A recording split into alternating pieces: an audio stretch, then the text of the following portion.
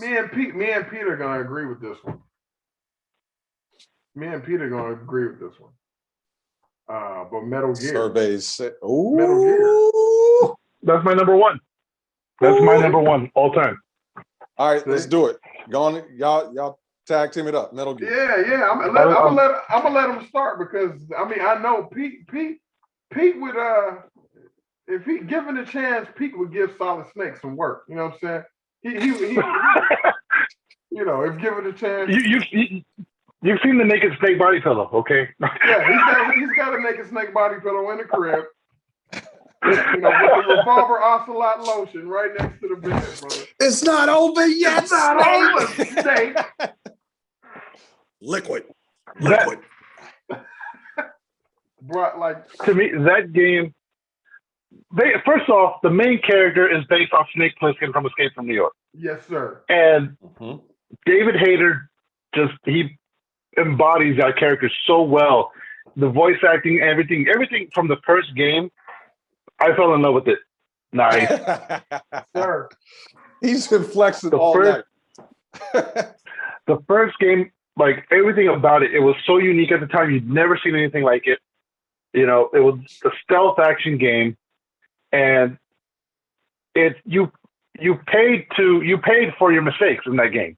And then the fact that if you beat you got dinged for killing people at the end of chapters. Like for killing people, like you would get negative scores. And that changed the way I played games. To this day, if I can play stealth game, like even if it's a full action, like Call of Duty, I'm sneaking around in multiplayer. I'm sneaking around that map trying to get stealth kills on people just because of Metal Gear. It's so ingrained in how I play games now. I love it. And just the fact, okay, you got to collect everything. You start with nothing. You have to procure everything on site. Just the way the story unfolds, and like you think you know where it's going, and all of a sudden it switches up, and it's been this whole setup the whole time. And then the way they did the second one, and like the second one, if like you think you're gonna play a Snake, you play that first chapter of Snake on the tanker, and then all of a sudden you're playing this like blonde pretty boy. Like why? Right. And then Snake is on the ship calling himself Iroquois Plissken, which he's basically saying he's Snake Plissken. Right. And then that turning into being, we're just recreating what happened at Shadow Moses. And then the third one, which is most people's favorite Metal Gear game, it's a prequel to even the prior NES games. It's Big Boss. It's Snake, but it's before he became Big Boss, and that one just revolutionized how the games were played. It brought out like with the camo, like you had to like whatever area you were in, you had to change your clothes to fit that area, or you'll be spotted easier. And then just the interactions with the like calling people for help or for advice and stuff. And like at one point in the game, you could take off your shirt, and it's the naked option. And every time you get a new weapon or new camo, you would call this guy Figgin. And Figgin will tell you like, you just picked up the rocket launcher. That's great for aerial attacks and things like whatever. He would break it down to you. And so when you call him, hey, Snake, where's your shirt? And I took it off. Why? It feels good. There was the option, and I took it off. But it lowers your camo rating, and it does nothing for you. But it feels good. And it's just those tiny, those funny little interactions. And then like he ends it with, is there a way to take off my pants? And then what? And then he just ends the call. And people sitting there hoping that he said, yeah. Yeah. Take off the pants. Take off the pants. Your pants. And then the Metal Gear 4, you go back to, it's a sequel to 3 or a sequel to 2, and your old Snake, he's aged, his aging has been accelerated. He's dying.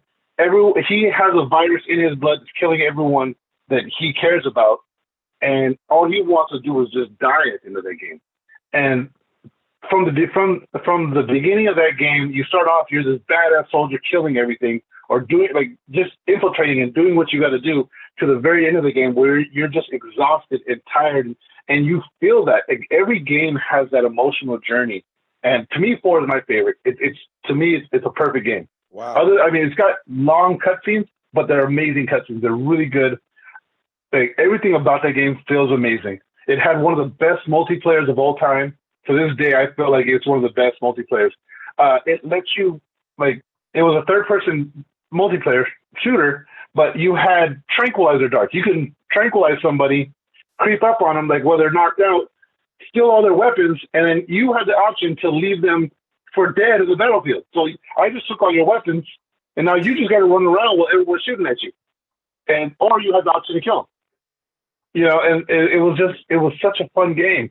5 hurts me to talk about, because 5 was supposed to be, it's a sequel to 3, and it's supposed to start. This one ends where the Nintendo games start, the original Nintendo game, the Metal Gear games. And at this point, Kojima and Konami were having issues going back and forth, and Kojima just wanted, let me make the game the way I want to make it. And Konami was like, we want you to make the game the way we want you to make it. And so that game's unfinished. Like, once you get to chapter 4, like, you just start replaying old missions, and like the storyline kind of goes on, but it's so confusing, it doesn't make any sense. Gameplay wise, it's great. Gameplay wise, it feels amazing. It's open world. You can do anything you want in that game, basically. But it's just the story is so fractured, and it shows that they cut that game at the knees. They really did. It has so much potential, and like, I still have hope that eventually that'll lead into like them remaking the 2 NES classics in 3D. But that's my ultimate dream. Yeah, they can get these fingers too. Fuck Konami. To the point, okay, so they released, after 5, they released Survive, right? Which is garbage. But then they started teasing a new Metal Gear game coming soon. Yeah. And I'm looking for information, and it was a fucking Plinko machine. Like those fucking, like in Japan, those are huge. It was a Metal Gear fucking Plinko machine. Because Konami doesn't make they don't make games anymore. That's why they get these fingers. Pieces of shit. They're sitting on Metal Gear. They're sitting on Zoe. They're sitting on Castlevania. They're sitting on all these classic franchises that we would actually play still. So yeah, that was the thing too with Metal Gear. Going back to the original, when you fought Psycho Mantis and he read your memory card that you like Castlevania, don't you? What? Yeah. If you had a Konami title on your memory card, you would call it up. And the way he analyzed, like, you've only saved 3 times. You're reckless. Like he broke down the way you played the game, and it was like, what? Like, and then the game was just so. And then Metal Gear 4, because you go back and Shadow Moses in 4, and at one point in the first game you have to switch discs because the game is so big, and you get to the point where, okay, it's time to switch discs in the first game, and Otacon calls you and says, Snake, it's time to switch discs. And he goes, wait, what am I thinking? This is PS3, Blu-ray. We don't have to do that. Technology is amazing.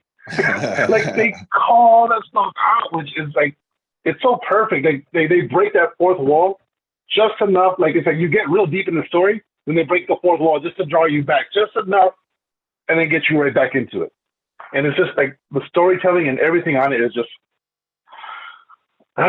love it. Hey.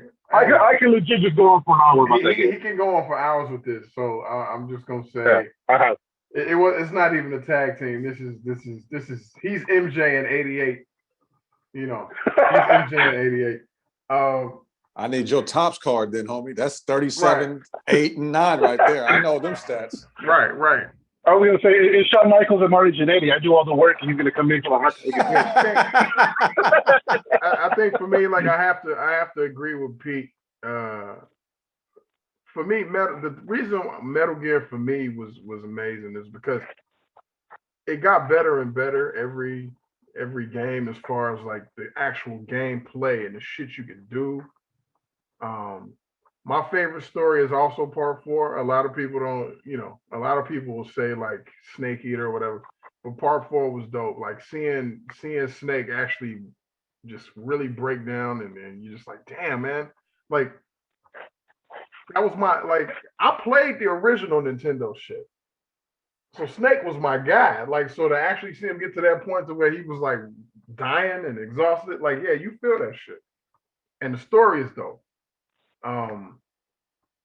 Part 5 was the one, how do I put it? Part 5 was supposed to be the perfect game. And I'd say if, like he said, if they didn't like get in the way of it. Get in the way, right. Part 5 would have been like I actually love part 5, even though it does get to the point to where like the missions are repetitive and shit. I love what you can do in it, gameplay wise.